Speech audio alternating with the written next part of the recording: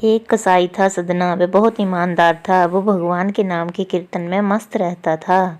यहाँ तक कि मांस को काटते बेचते हुए भी वह भगवान नाम गुनगुनाता रहता था।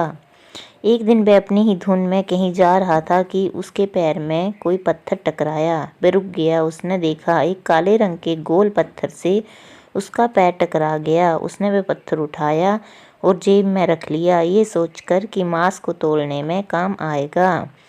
वापिस आकर उसने वह पत्थर मांस के वजन को तोलने के काम में लगाया। कुछ ही दिनों में उसने समझ लिया कि ये पत्थर कोई साधारण नहीं है। जितना वजन उसको तोलना होता, पत्थर उतने वजन का ही हो जाता। धीरे धीरे ये बात फैलने लगी, सदना कसाई के पास वजन करने वाला पत्थर है। वे जितना चाहता है पत्थर उतना ही तुलता है। किसी को 1 किलो मांस देना होता तो तराजू में उस पत्थर को एक तरफ डालने पर दूसरी ओर एक तरफ का मांस ही तुलता। अगर किसी को 2 किलो चाहिए होता तो पत्थर 2 किलो का भार जितना भारी हो जाता। इस चमत्कार के कारण उसके यहाँ भीड़ जुटने लगी। भीड़ जुटने के साथ साथ सदना की दुकान पर बिक्री भी बढ़ने लगी।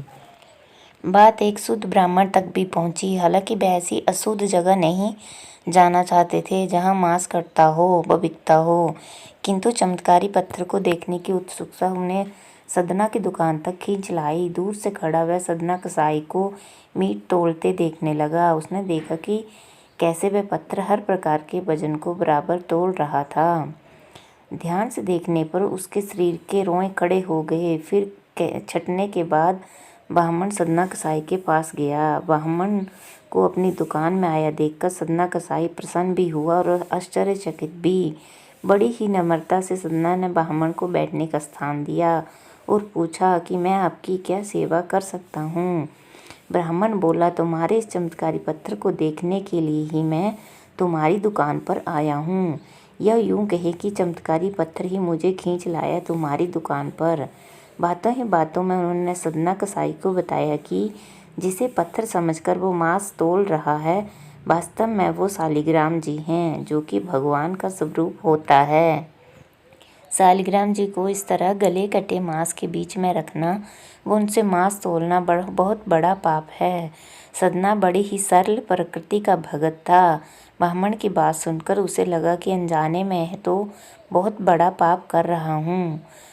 उन्होंने विनय करने सदना ने वह शालिग्राम उन ब्राह्मण को दे दिया और कहा, आप ब्राह्मण हो, अतः आप इनकी सेवा करके इन्हें प्रसन्न करें। मेरे योग्य कुछ सेवा हो तो मुझे अवश्य बताएं। ब्राह्मण उस शालिग्राम शिला को बहुत सम्मान से घर लाए। घर आकर उन्होंने श्री शालिग्राम को स्नान करवाया, पंचामृत से अभिषेक किया व पूजा अर्चना आरंभ कर दी।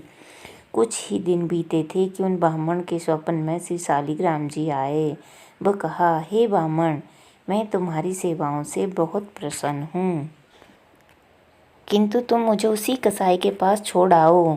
ब्राह्मण ने कारण पूछा तो उत्तर मिला कि तुम मेरी अर्चना पूजा करते हो, मुझे अच्छा लगता है, परंतु जो भक्त मेरे नाम का गुणगान कीर्तन करते रहते हैं उनको मैं अपने आप को भी बेच देता हूँ। सदना तुम्हारी तरह मेरा अर्चन नहीं करता, परंतु वे हर समय मेरा नाम का गुणगान करता है, जो कि मुझे अच्छा लगता है।